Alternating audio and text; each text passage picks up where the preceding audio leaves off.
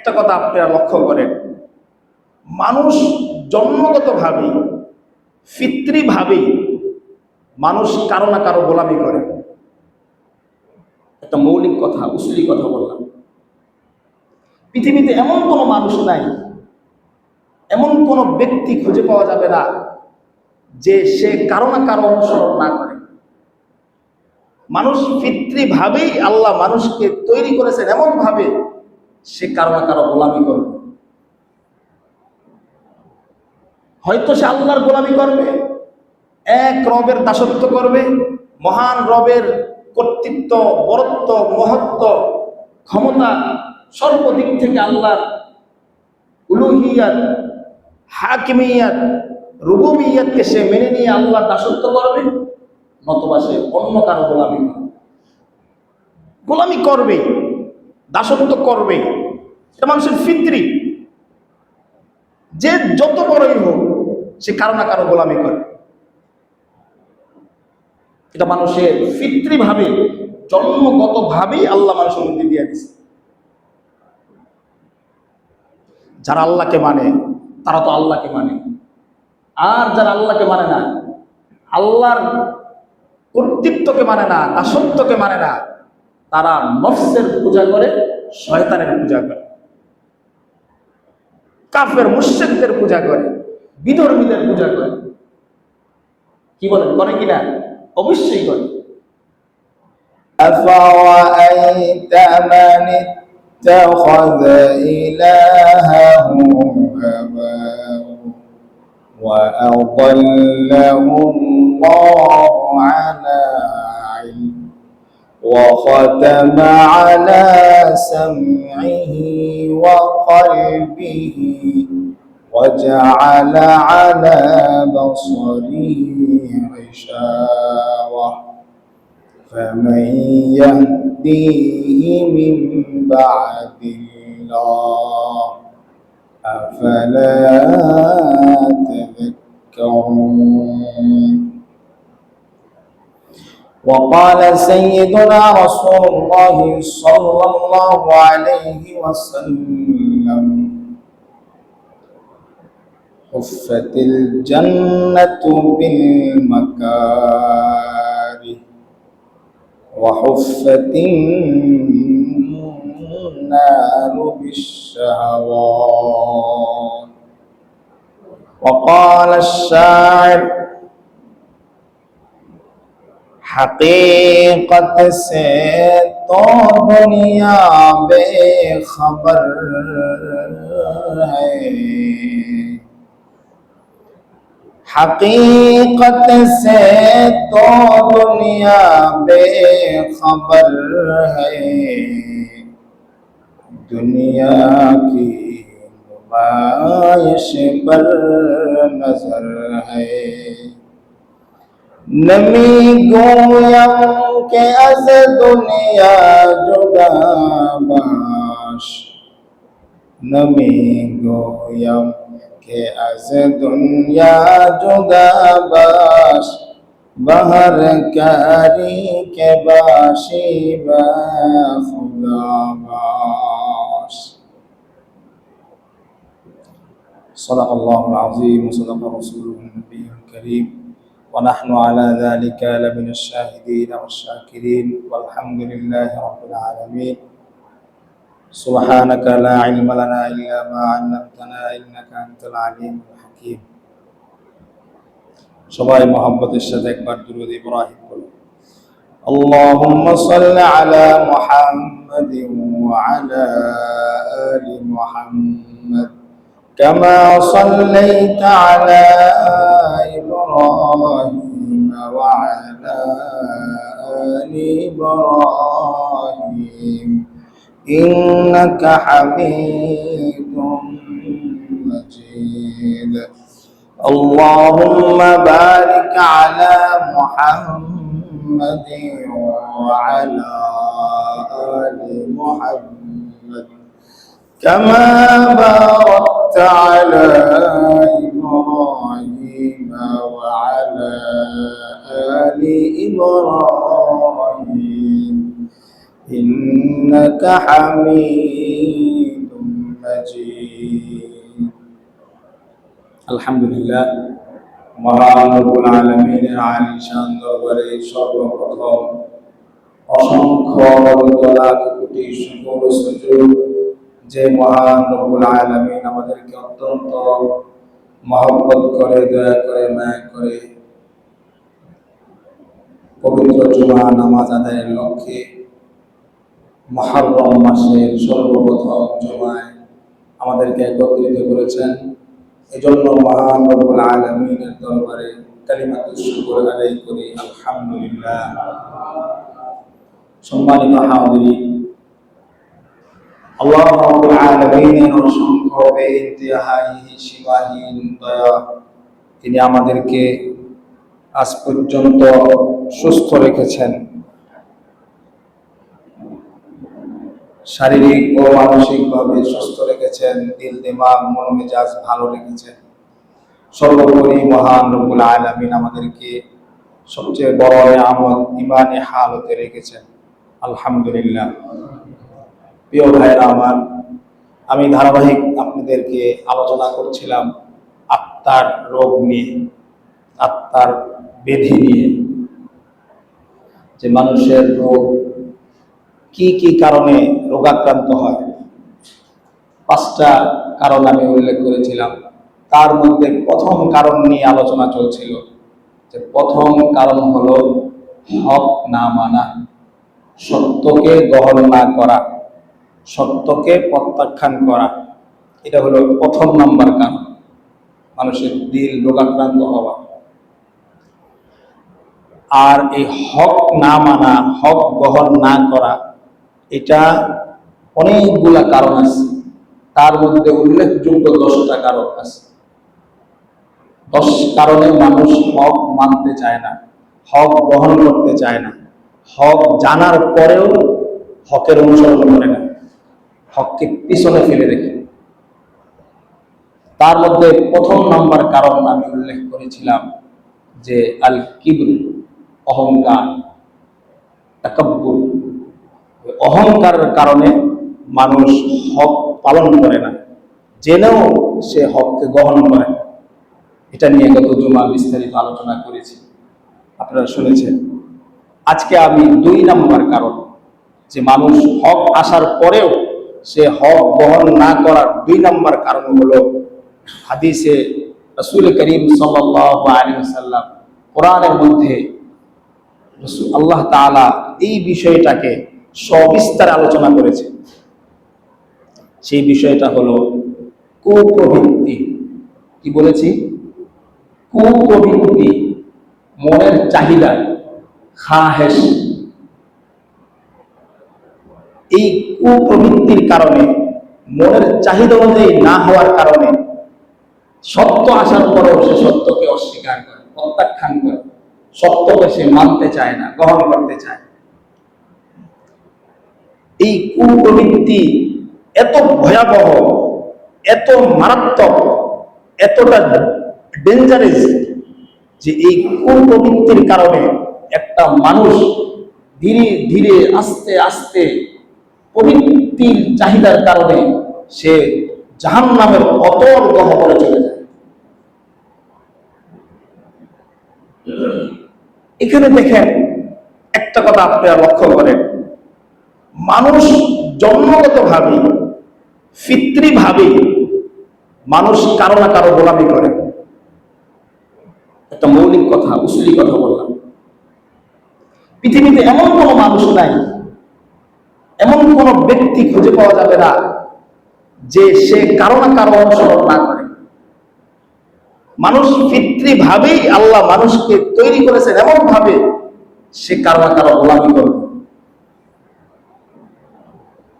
হয়তো সে আল্লাহর গোলামি করবে, এক রবের দাসত্ব করবে, মহান রবের কর্তৃত্ব, বরত্ব, মহত্ব, ক্ষমতা, সর্বদিক থেকে আল্লাহর উলুহিয়াত, হাকিমিয়াত, রুবুবিয়াতকে সে মেনে নিয়ে আল্লাহর দাসত্ব করবে, নতুবা সে অন্য কারো গোলামি করবে, দাসত্ব করবে। এটা মানুষের ফিতরি। যে যত বড়ই হোক সে কারো না কারো গোলামি করে। এটা মানুষের ফিতরিভাবে, জন্মগতভাবেই আল্লাহ মানুষের মধ্যে দিয়ে দিচ্ছে। যারা আল্লাহকে মানে তারা তো আল্লাহকে মানে, আর যারা আল্লাহকে মানে না, আল্লাহর কর্তৃত্বকে মানে না, দাসত্বকে মানে না, তারা নফসের পূজা করে, শয়তানের পূজা করে, কাফের মুশরিকদের পূজা করে, বিধর্মীদের পূজা করে। কি বল, করে কিনা? অবশ্যই করে। তোমার আল্লাহ সূরা জাসিয়ার 26 নং আয়াতে কারিমার মধ্যে আল্লাহ তাআলা 23 নং আয়াতে কারিমার মধ্যে এই আলোচনাটাকে সুন্দরভাবে আল্লাহ তুলে ধরেছেন। মানুষ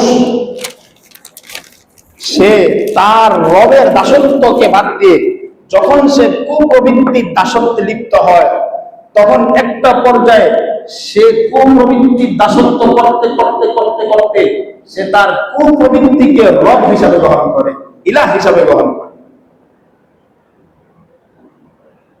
নাউযুবিল্লাহি মিন যালিক। অর্থাৎ তার কুপ্রবৃত্তি যেটা বলে সেটাই করে।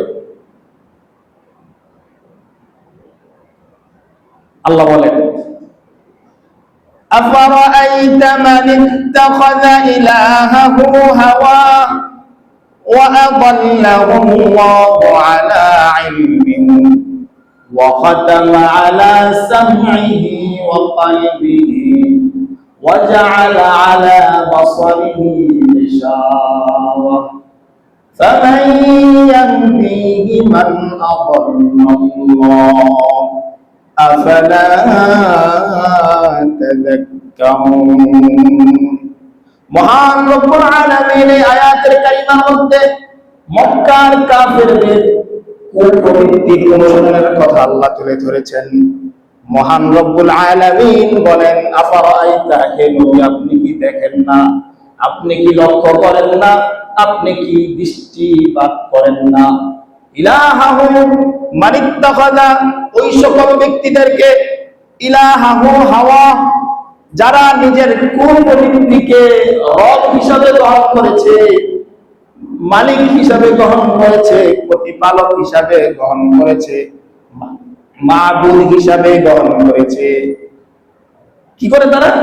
ওয়া আযাল্লাহু আল্লাহু আলা ইলমিহি, তাদের ইলম আছে, বুঝে তারা আপনি সত্য, আপনার কথা সত্য, কোরআন সত্য, সব বুঝে, সব জানে, জানার পরেও তারা কুপ্রবৃত্তির কারণে নিজেরা নিজেদেরকে গোমরাহ করে দিয়েছে।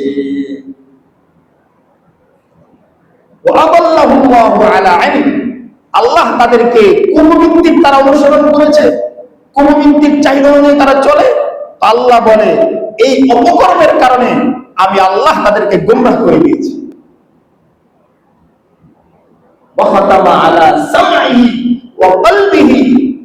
তাদের কানের মধ্যে, তাদের দিলের মধ্যে মোহর মেরে দিয়েছে। মোহর, যখন মানুষ কোন জিনিসের মধ্যে মোহর মেরে দেয়, ওটা কিন্তু চিরস্থায়ী ভাবে লেগে যায়, সিলগালা করে দেয়, সিলগালা।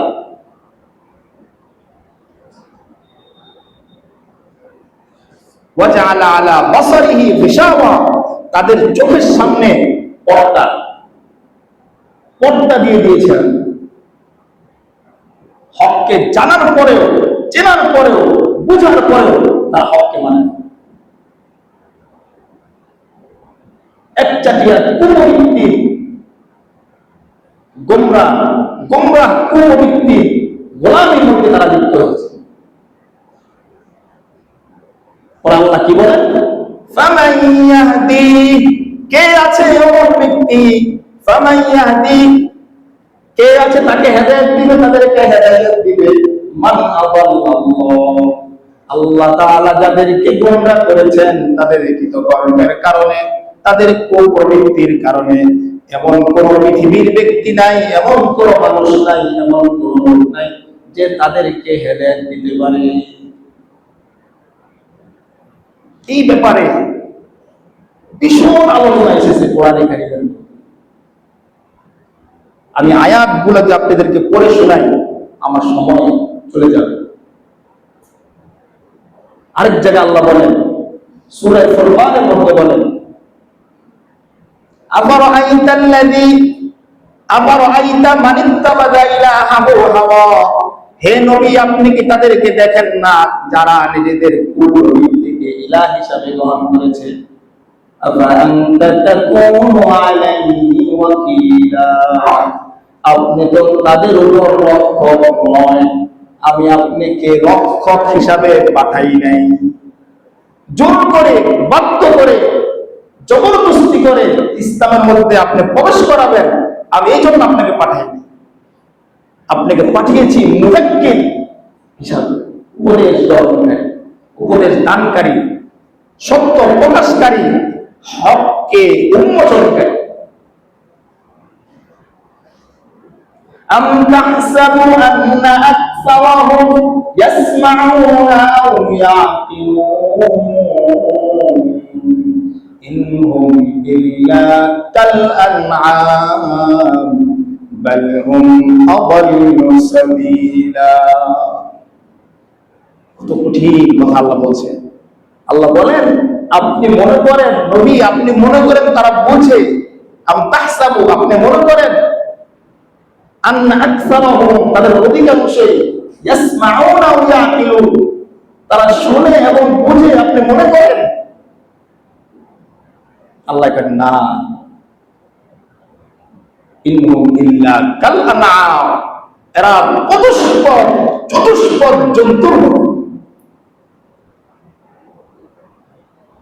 এদের কান আছে কিন্তু শুনে না, এদের চোখ আছে কিন্তু দেখে না, এদের দিল আছে আল্লাহকে নিয়ে, হককে নিয়ে গবেষণা করে। কাল আনআম, আল্লাহ বলে বাল হুম আদাল্লু সাবিলা, এর চেয়েও নিকৃষ্ট, এর চেয়েও নিকৃষ্ট। আমি দুইটা আয়াতে কারিমা পেশ করলাম, অসংখ্য আয়াতে কারিমা এসেছে। আল্লাহ বিভিন্ন জায়গায় এই কুপ্রবৃত্তির ব্যাপারে নবীজিকেও সতর্ক করেছে। চিন্তা করেন, যে নবী যিনি হেদায়েতের মালা গলায় পরিয়ে এসেছেন, পৃথিবীর ইতিহাসে এরকম কোন নজির হয় নাই যে নবী গোমরা হয়ে গেছে। এরকম কোন ইতিহাস, কোন ঘটনা কোরআনেও নাই, হাদিসেও নাই। কারণ নবীরা অগ্রিম হেদায়েতের পরিপূর্ণ হেদায়েত দিয়ে আল্লাহ তাদেরকে পাঠিয়েছেন, সিল মোহর মেরে তাদেরকে পাঠিয়েছেন। নবীরা কোনদিন গোমরা হন না, নবীরা কোনদিন পথভ্রষ্ট হন না। নবীরা সহজ সরল সঠিক সিরাতে মুস্তাকিমের উপর মৃত্যু পর্যন্তই থাকে। সুবহানাল্লাহ।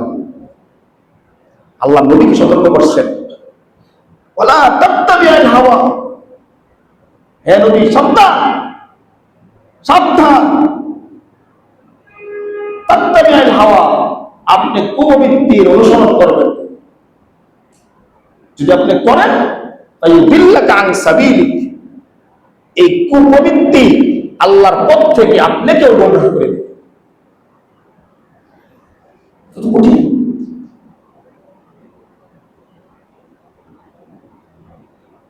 হাদিসের মধ্যে রাসূল করিম সাল্লাল্লাহু আলাইহি ওয়াসাল্লাম এই কুপ্রবৃত্তির অনুসরণকে সবচেয়ে ভয়াবহ, মারাত্মক ধ্বংসের অন্যতম কারণ হিসেবে উল্লেখ করেছেন।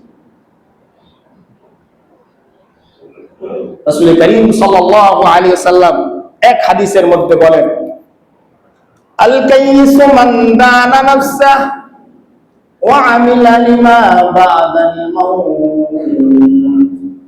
ওয়াল আজিজু নাফসাহু হাওয়াহা ওয়া তামান্না আলা আল্লাহিল আমানি।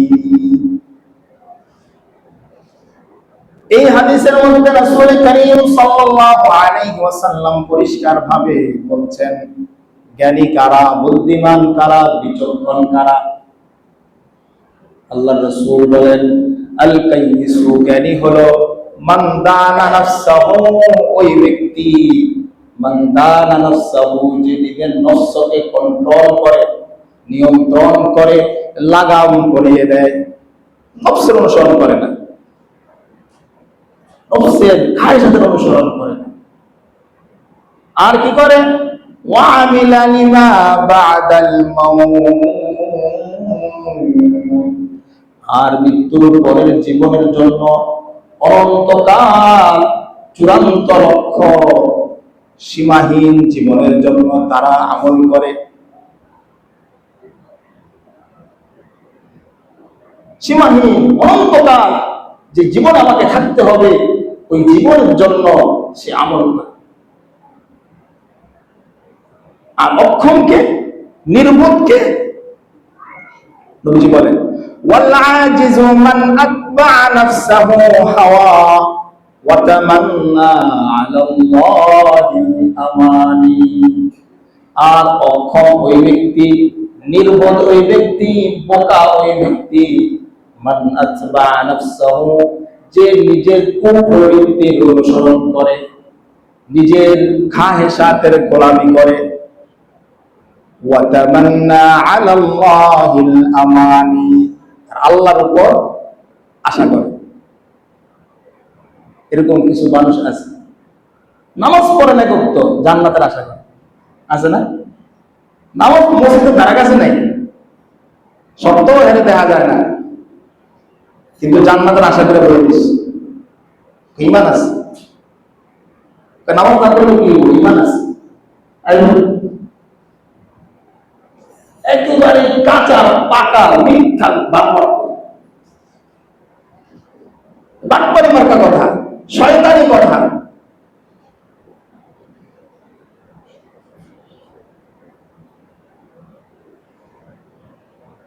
এই জন্য নবীজি বলছেন, তুমি আমল করতে থাকো, আমল করতে থাকো, আর আমল করার পরে আল্লাহর উপর সুদ ধারণা। কি ধারণা? সুদ ধারণা। হয়তো আল্লাহ আমাকে ক্ষমা করতে পারে, আশা করি আল্লাহ ক্ষমা করবেন। আল্লাহর উপর সুদ ধারণা।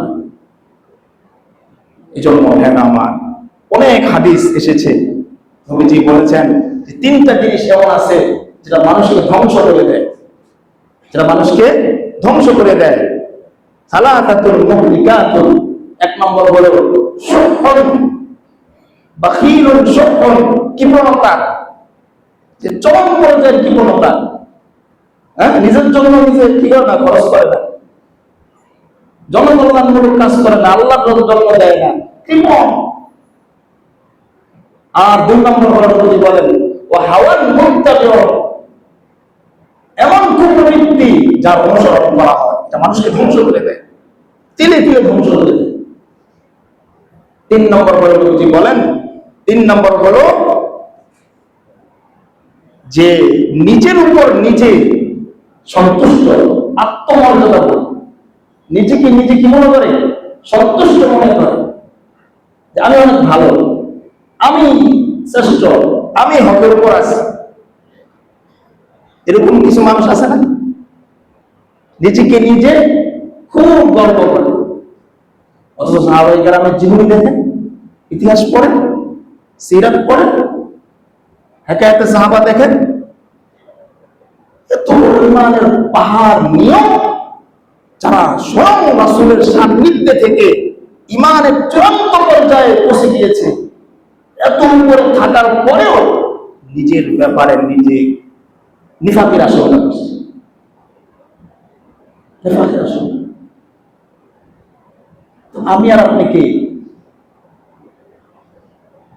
নামাজ কুদ্দুর কইরা, কিছু দান সদকা কইরা নিজের অনেক কিছু মনে করি। এই জন্য ভাইরা আমার, এই দুই নম্বর কুপ্রবৃত্তি থেকে আমাদেরকে বেঁচে থাকতে হবে। আল্লাহ তাআলা আমাদেরকে হেফাজত করেন, এই কুপ্রবৃত্তির সকল চক্রান্ত থেকে আমাদেরকে বেঁচে থাকার তৌফিক দান করেন। এখানে একটা মাসআলা, গুনাহ হয়ে যায়, ঠিক না? গুনাহ হয়ে যায় কিনা? মাঝে মাঝে গুনাহ হয়ে যায়। আর এখন আমাদের পরিবেশটা এমন, পুরোটাই গুনাহের মধ্যে ছয়লা। আপনি কই যাবেন? শুধু মসজিদটা একটু নিরাপদ আছে, আপনি বাইরে বের হইলেই গুনাহ, চোখের গুনাহ শুরু হয়ে যাবে। তো গুনাহ হয়ে যাওয়ার সাথে সাথে আল্লাহর কাছে তওবা করে ফেলা, ইস্তেগফার করে ফেলা, ভীষণভাবে লজ্জিত হওয়া, তাহলে আশা করি আল্লাহ তাআলা মাফ করে দিবেন।